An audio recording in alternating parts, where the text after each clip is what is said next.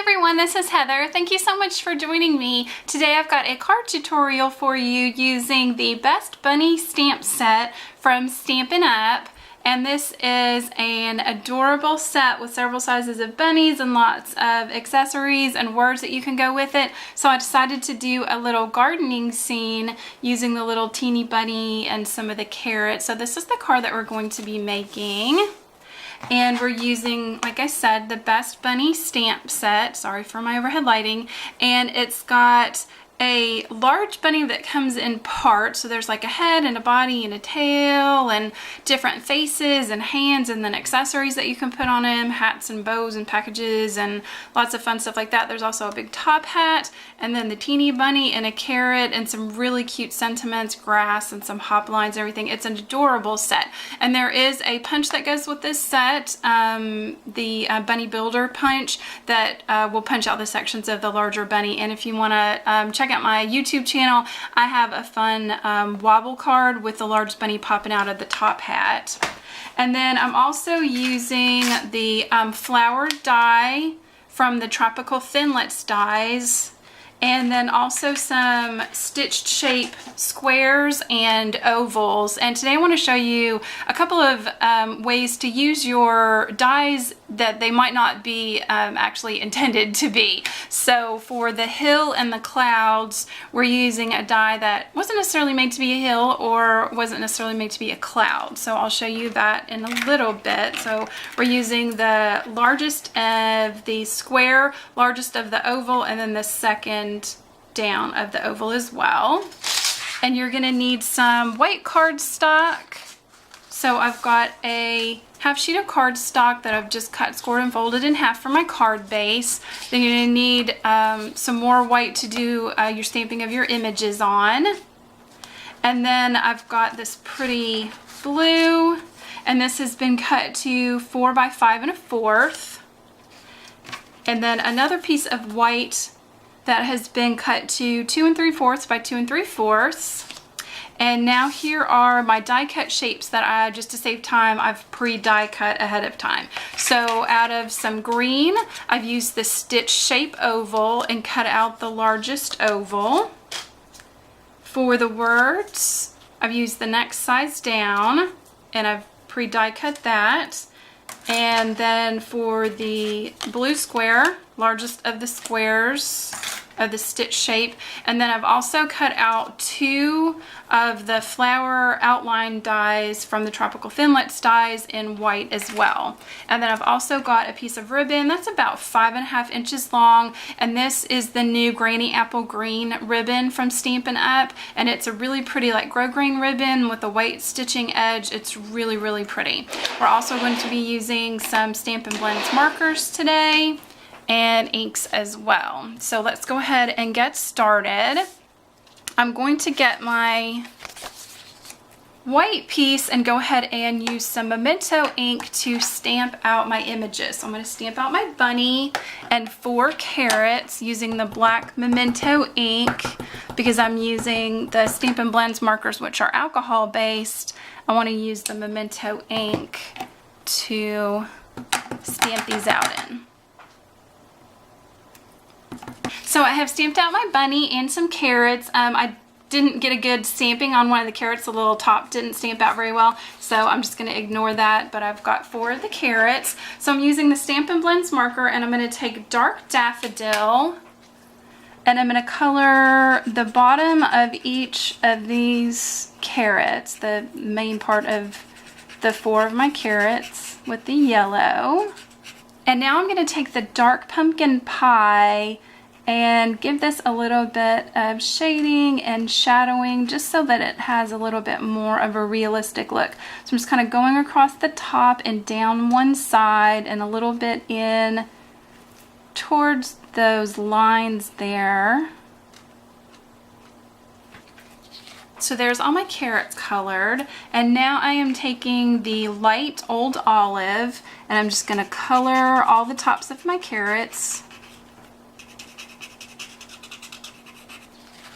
And now I'm going to take the dark Old Olive marker and just add a little bit of a darker area where the tops of the carrot meet the the orange part, again, just to give it a little bit of a realistic look. So that's my carrots done.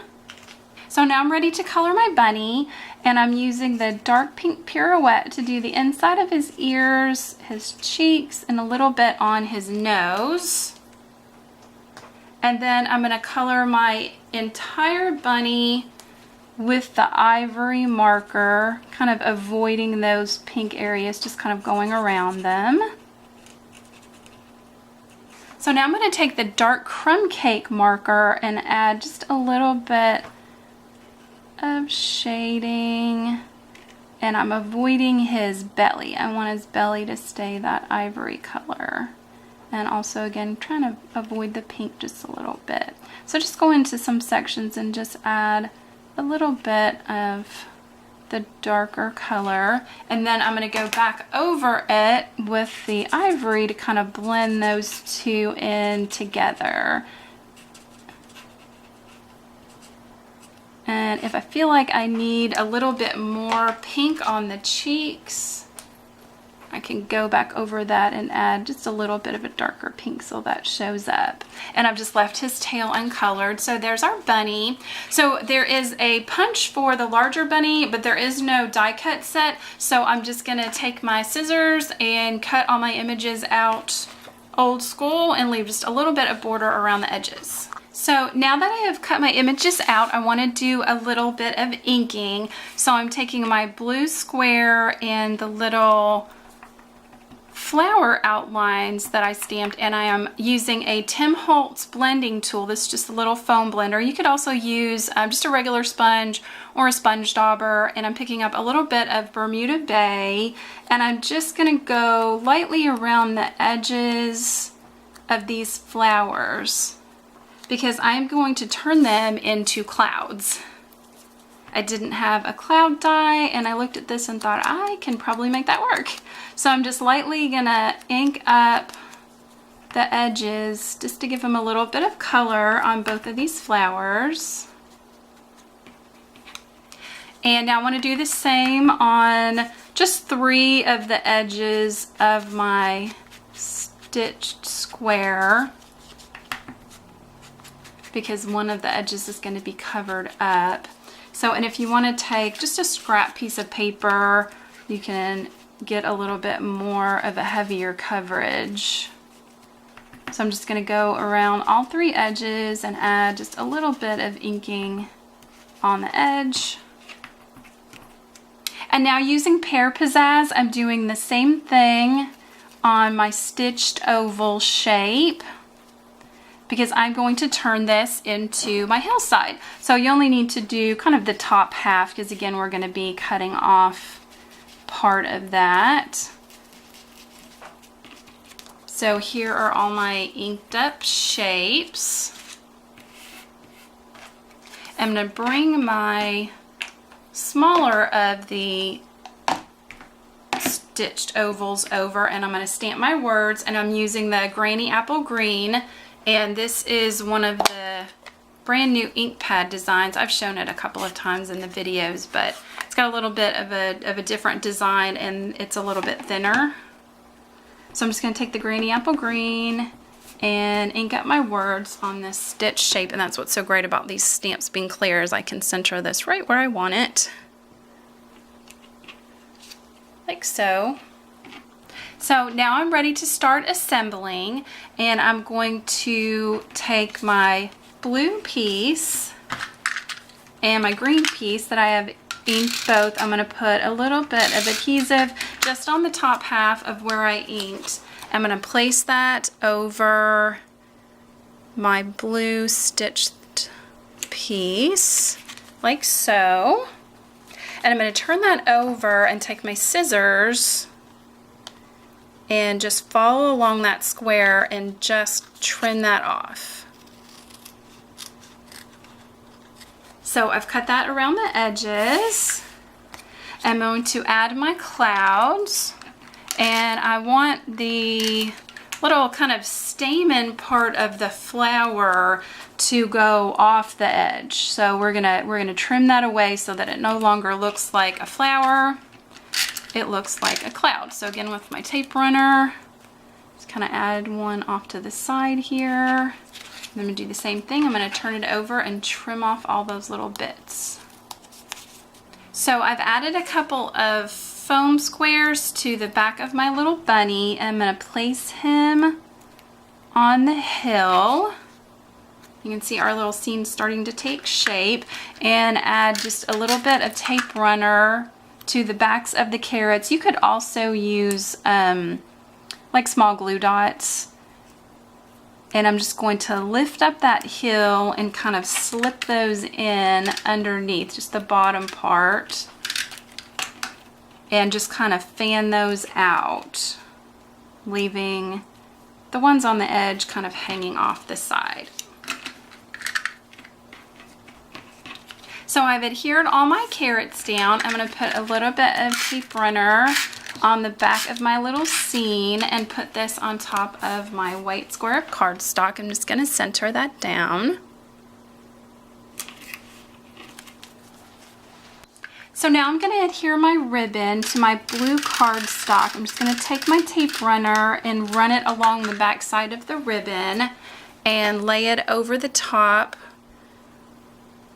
of my blue piece, and then just take those tails and wrap them around. You could also trim them off if you wanted, but I just like wrapping them around. Sorry if that was off camera a little bit. And then I've placed a couple of foam squares on my words. I'm going to place those on my card. I've done the same with my little scene. Put some foam squares on there. I'm going to place that on. Let's get that straight. And now I'm going to put some more tape runner across the back. And I'm going to adhere this to my card front.